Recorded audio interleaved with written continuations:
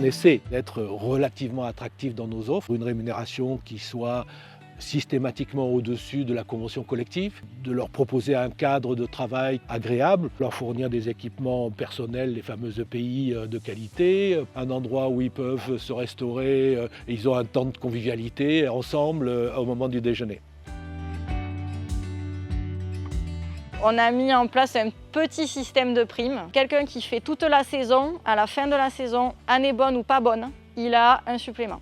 Tout le monde doit faire la même journée de travail, mais chaque situation familiale est différente. On a des parents célibataires, on a des gens qui n'ont pas trop de soutien autour d'eux, donc c'est pas pour ça qu'on les prend pas. On s'adapte. Les conditions de travail, oui, c'est crucial parce que donc, nous, on fait vraiment notre chiffre d'affaires sur 4 mois. Ça veut dire qu'il faut qu'on ait des gens performants vite. On a mis en place des choses pour les assister, pour les aider. On a fait un contrat de prévention avec la MSA. On a investi dans 2 machines, des plateformes. C'est électrique, ça avance tout seul. Ça diminue la pénibilité du travail. On a travaillé aussi avec la MSA sur un prototype de chariot de récolte électrique à assistance. Donc là, c'est pareil. Le but, c'est que la personne qui ramasse n'ait plus du tout de poids à porter.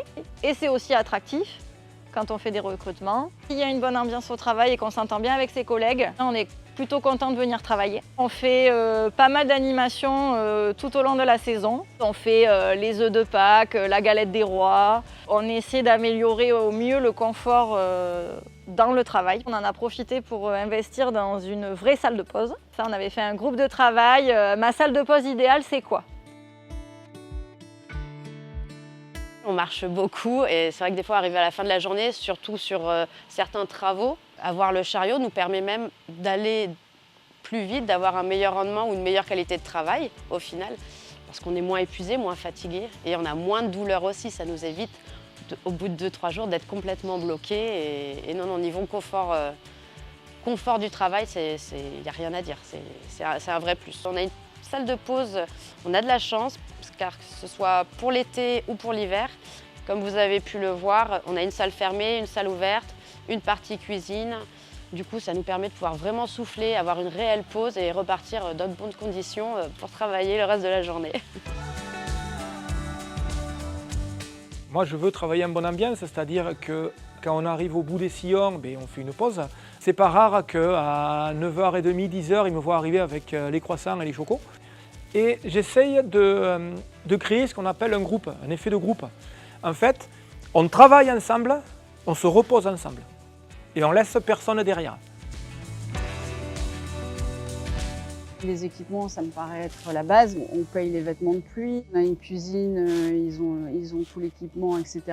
Pour l'hébergement, il fallait qu'on s'adapte pour qu'on puisse mettre les saisonniers sur un terrain sécurisé. La prévention sur nos exploitations, c'est un vrai sujet. Nous, on a été accompagnés par la MSA qui est venue visiter la ferme, qui nous a aidés à identifier les zones de risque et qui nous a permis de... on a eu des subventions pour avoir du matériel, pour soulager un peu dans des différentes tâches et ça c'était super. Et on essaye de s'améliorer au fur et à mesure. Il y a des nouveaux risques qui apparaissent. C'est un effort et il faut prendre le temps de le faire. On a aussi une certaine politique dans l'entreprise, c'est qu'on ne cherche pas forcément le rendement. On leur dit, nous, ce qu'on veut, c'est la qualité. On est avec eux dans les champs. On a froid comme eux, on se mouille comme eux, Oui. on a chaud comme eux. C'est nous aussi qui avons fait toutes ces tâches au départ. Donc on s'est rendu compte de la pénibilité du travail.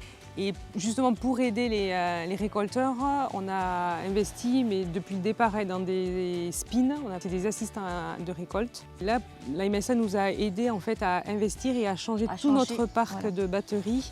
Et n'avoir plus qu'une batterie de lithium, 13 kg. Ça nous a quand même changé la vie.